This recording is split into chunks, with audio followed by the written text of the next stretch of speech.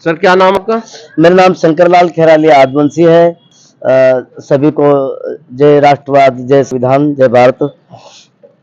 हम आज सामूहिक जन्मोत्सव मना रहे हैं और अप्रैल का महीना बहुत ही एक पवित्र महीना हो रहा है, जिसमें 5 अप्रैल को यहाँ के जो पूरे विश्व के जो प्रसिद्ध जो प्रियदर्शी राजा रहे सम्राट अशोक, उनकी जयंती है।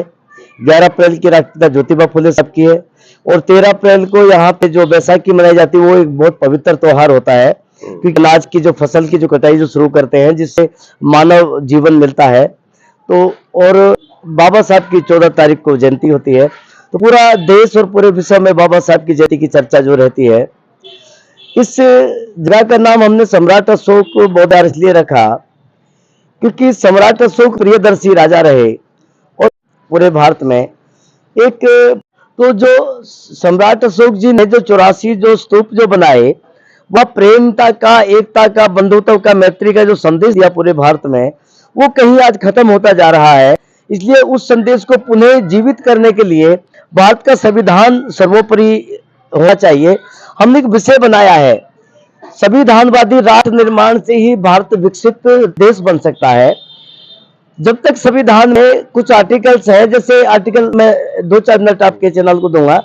आर्टिकल 1 में लिखा गया है कि इंडिया अर्थात भारत, इस देश का नाम भारत होगा, ये जो राज्यों का संघ है हम इसको राष्ट्र बनाएंगे, ऐसी कल्पना की गई।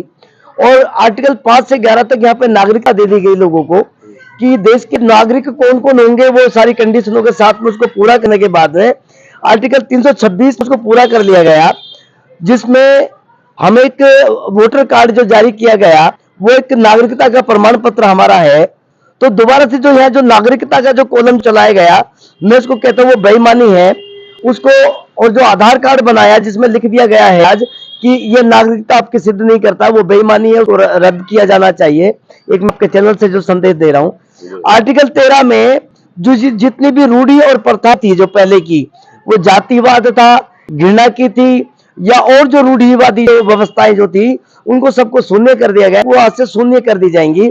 आर्टिकल 14 में जो समता का अधिकार जो दिया गया वो इसलिए दिया गया था कि प्रत्येक भारत के नागरिक को 10 वर्ष के अंदर अंदर समस्त नागरिकों को धन, धरती, शिक्षा, चिकित्सा, स्वास्थ्य, रक्षा, सुरक्षा, न्याय सब एक समान हो जाएगा।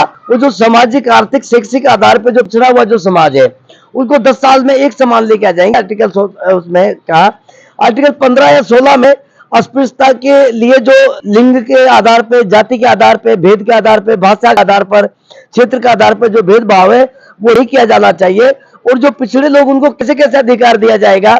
आर्टिकल 17 में अस्पृश्यता का अंत कर दिया गया था कि आज से अस्पृश्यता नहीं होगी, लेकिन अभी भी आए दिन ये जो घटनाएं होती है, घोड़े पे नहीं चढ़ने दिया जाता, बारात नहीं निकलने दी जाती, या हर 3 मिनट में एक बेटी का बलात्कार कर दिया जाता है।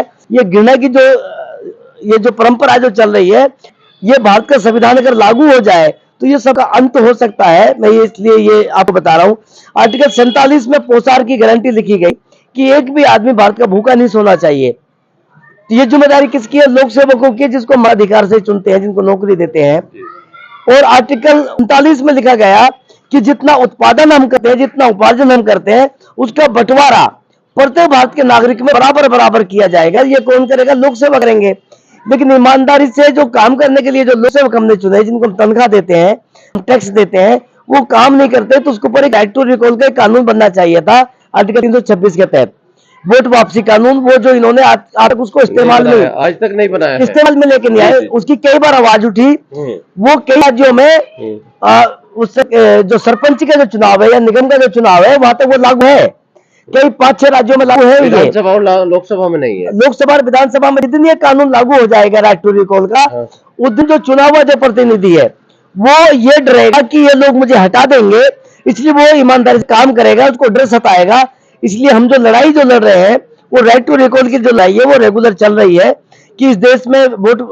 दूसरा है, जो देश के जो नागरिक है वो चाहते हैं कि जो मताधिकार है, मत का अधिकार है, वो पारदर्शिता होनी चाहिए, उसमें विश्वास होना चाहिए। इसलिए वो बैलेट पेपर से जो पहले जो होता था, हम पहले ठप्पा लगा देते, नाम पढ़ते थे, देखते थे। ये माननीय मोदी जी ने भी कहा था, जब प्रधानमंत्री नहीं थे मोदी जी, तब मनमोहन सिंह जी प्रधानमंत्री थे, तब मोदी जी कहते थे कि देखिए एक अनपढ़ आदमी भी फोटो देख के और ठप्पा लगाता था, मोड़ के पर्ची को डालता था, उसमें विश्वास होता था। तो उस विश्वास के हिसाब से बैलेट पेपर से पुनः चुनाव होना चाहिए। और जो चुनाव आयोग है, सुप्रीम कोर्ट है, विधायिका है, जो कार्यपालिका है, या देश के नागरिकों की नौकर है, ये भारत का संविधान के तहत है, उनको भारत के नागरिकों के लिए काम करना पड़ेगा। ऐसा हम यहाँ पे विचार करते हैं, जी, ऐसा आप लोगों का विचार है। समाधान 24 को सब्सक्राइब